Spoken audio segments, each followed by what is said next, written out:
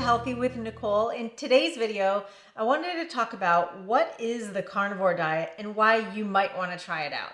So I've been experiencing the carnivore diet for about 10 months now, and I'm loving the results. So I want to give you an opportunity to learn a little bit more about it and how it might be helpful to you and why you might want to try it. So first of all, the carnivore diet is exactly like it sounds. It's actually eating only meats, fish, chicken, and eggs. Some people include dairy on the carnivore diet because it's an animal product.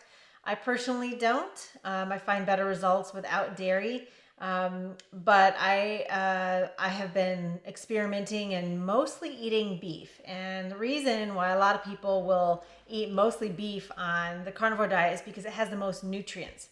So the carnivore diet is based on meat so that you can experience digestion where all of the material gets used up. In plant-based diets, there's a lot of fiber that are in your foods, fiber, water, and in protein and animal foods is pretty much just water and protein and fat. So your body is very easy to break it down. You have very little digestive discomfort, and most of everything you eat is used by the body. So the carnivore diet includes all ruminant animals such as cows, goats, lamb, buffalo, those animals that are grazing and eating grasses and greens. These animals probably have the highest nutrients because they're taking in a variety of foods themselves.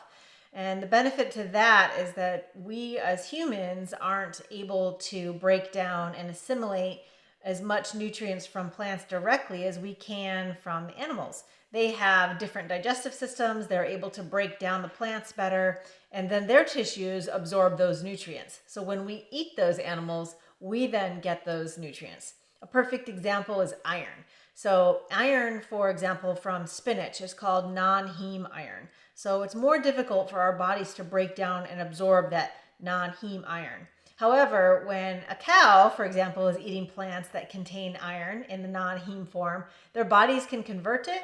And when we eat animals, they are giving us regular heme. So heme iron is the kind that is most absorbable to us. And that's what we get when we eat animal foods.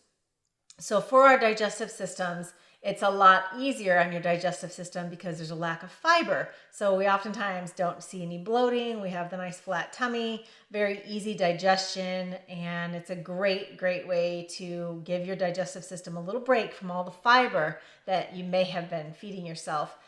Most people will try out the carnivore diet so that they can step away from using plants as their main source of food because they could be irritating the stomach.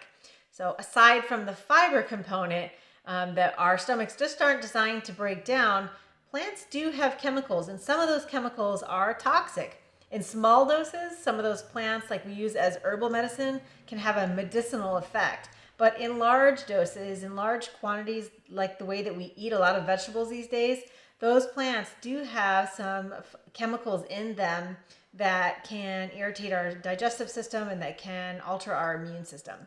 So for many people, they try the carnivore experience so that they can do pretty much an extreme elimination diet. Very few people are allergic to just meat or beef or chicken. And so it's a good way to identify foods that could be causing you digestive problems or other problems to your immune system.